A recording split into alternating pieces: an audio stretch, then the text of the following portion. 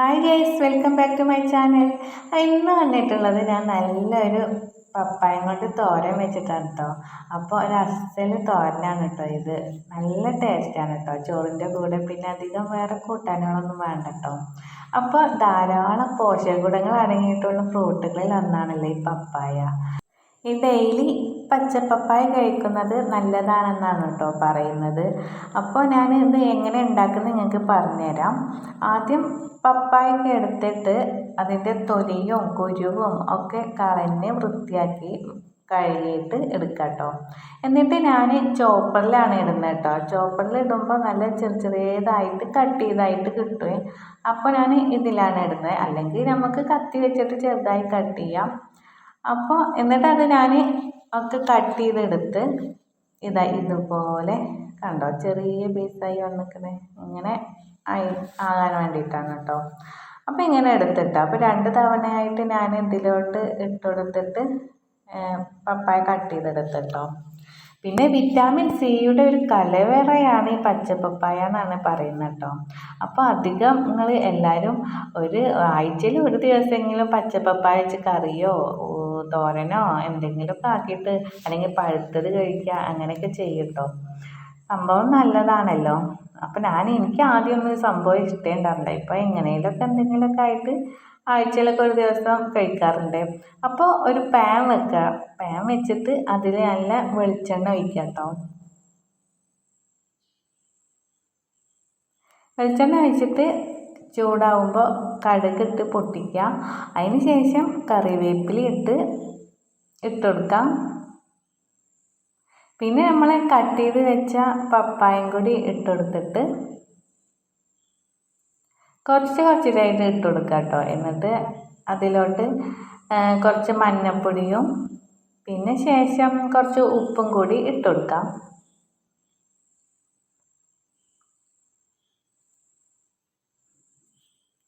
എന്നിട്ട് നന്നായി ഇങ്ങനെ ഇളക്കി കൊടുത്തിട്ട് നമുക്ക് അടച്ച് വെക്കാം കേട്ടോ. അടച്ചിട്ട് വേവിക്കാം. പിന്നെ അതുപോലെ തന്നെ കാഴ്ചശക്തി നിലനിർത്താനും ഒക്കെ ഈ പപ്പായ കഴിക്കുന്നത് നല്ലതാണ്. പിന്നെ ഈ കുട്ടികളിൽ ഉണ്ടാകുന്ന വിരശല്യമൊക്കെ ഉണ്ടാവില്ലേ, അതിനൊക്കെ നല്ലതാണ് കേട്ടോ ഈ പച്ചപ്പപ്പായ കഴിച്ചാൽ. അപ്പോൾ അങ്ങനെയുള്ള പല ഗുണങ്ങളും ഉണ്ട്. അപ്പോൾ പകുതി വേവായി കഴിഞ്ഞാൽ നമുക്കതിലോട്ട് കുറച്ച് വലിയ ഉള്ളി കട്ട് ചെയ്തും കൂടി ഇട്ട് കൊടുത്തിട്ട് ഒന്നും കൂടി അടച്ച് വെക്കാം കേട്ടോ. അടച്ച് വെച്ചിട്ട് വീണ്ടും ഒന്നും കൂടി വേവിച്ചെടുക്കാം. പെട്ടെന്ന് വെന്ത് കിട്ടും. അങ്ങനെ കൂടുതൽ ടൈമൊന്നും വേണ്ട. ഇപ്പോൾ വെന്തിട്ടുണ്ട് കേട്ടോ. ഇതാണ് പാകം. അല്ലെങ്കിൽ പിന്നെ വല്ലാതെ ഉടഞ്ഞു പോയാൽ ടേസ്റ്റ് വരില്ല കേട്ടോ തോരനിൽ. അപ്പോൾ ഇതാണ് പാകത്തിന് ഒരു വേവ്. ഇങ്ങനെ വെന്ത് കഴിഞ്ഞാൽ ഇനി ഇതിലോട്ട് കുറച്ച് തേങ്ങ അരച്ചിട്ടൊക്കെ ചേർക്കുന്നുണ്ട്. ഇത് കണ്ടാൽ ഇപ്പോൾ ഒരു കാബേജ് ഉപ്പേരിയുടെ പോലെയൊക്കെ ഉണ്ടില്ലേ. ഇങ്ങനെ കഴിച്ചാലും രസമുണ്ട് കേട്ടോ. പക്ഷേ ഇനി തേങ്ങയും കൂടി ഒന്ന് പച്ചമുളകൊക്കെ ഇട്ട് അരച്ചിട്ട് നമുക്ക് ഒന്നും കൂടി ഇതിലോട്ട് ചേർത്താൽ ഒന്നും കൂടി കൂടുതൽ ടേസ്റ്റാണ് കേട്ടോ. അപ്പോൾ ഒരു മിക്സിയുടെ ജാർ എടുത്തിട്ട് അതിൽ ആവശ്യത്തിന് തേങ്ങ എടുക്കുക കേട്ടോ. തേങ്ങ ഇട്ട് കൊടുക്കുക. എന്നിട്ട് കുറച്ച് ചെറിയ ഉള്ളി, അതുപോലെ പച്ചമുളക്, പിന്നെ ചെറിയ ജീരകം കേട്ടോ. ചെറിയ ജീരകം അതിൽ മെയിനാണ്. പിന്നെ കുറച്ച് വെളുത്തുള്ളിയും ഒക്കെ ഇട്ട് കൊടുക്കാം. കറിവേപ്പില ഇട്ടിട്ട് ഒന്ന് വെള്ളം ഒഴിക്കാതെ ഒന്ന് ചതച്ചെടുത്താൽ മതി കേട്ടോ. ചതച്ചെടുത്തിട്ട് നമുക്ക് ഇതിലോട്ട് ഇട്ട് കൊടുക്കാം.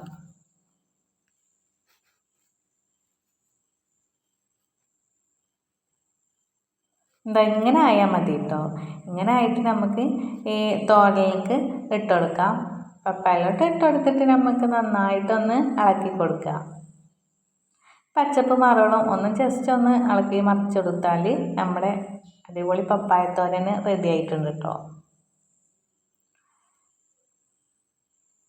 ഞാൻ ആദ്യം ഇത് ടേസ്റ്റ് ഉണ്ടാകുമെന്നൊന്നും അറിയില്ല.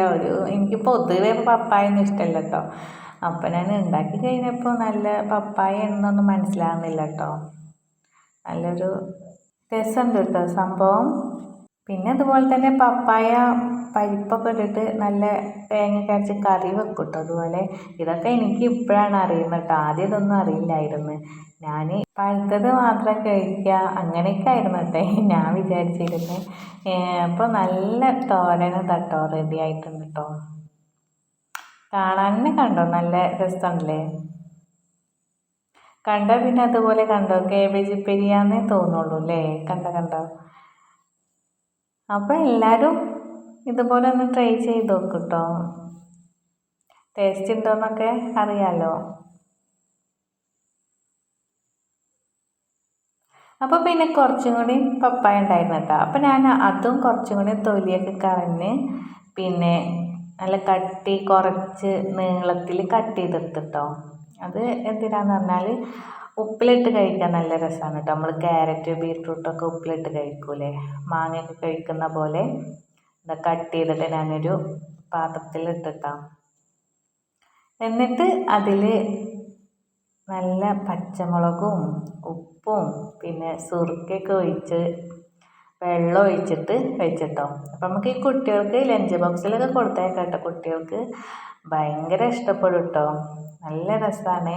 അപ്പം ഞാൻ അതൊക്കെ റെഡിയാക്കി കഴിഞ്ഞിട്ട് പിന്നെ ഫ്രിഡ്ജിൽ വെച്ചിട്ടോ.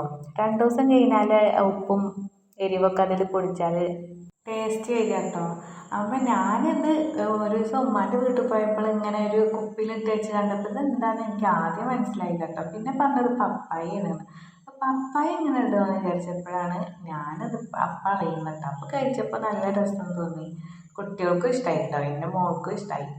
അപ്പം ഞാൻ അപ്പോഴാണ് ഇങ്ങനെ പപ്പായ കുറേ ഉണ്ടായപ്പോൾ ഞാനിപ്പോൾ അങ്ങനെ ചെയ്ത് നോക്കിയതാണ് കേട്ടോ. അപ്പോൾ നിങ്ങളെല്ലാവരും വീഡിയോ ഒക്കെ കണ്ട് ഇഷ്ടപ്പെട്ടെന്ന് വിചാരിക്കുന്നു. ഇഷ്ടപ്പെട്ട എല്ലാവരും ലൈക്കും ഷെയറും സബ്സ്ക്രൈബൊക്കെ ചെയ്യുക. അപ്പോൾ വീണ്ടും നെക്സ്റ്റ് വീഡിയോ ആയിട്ട് വീണ്ടും കാണാം. Okay, by.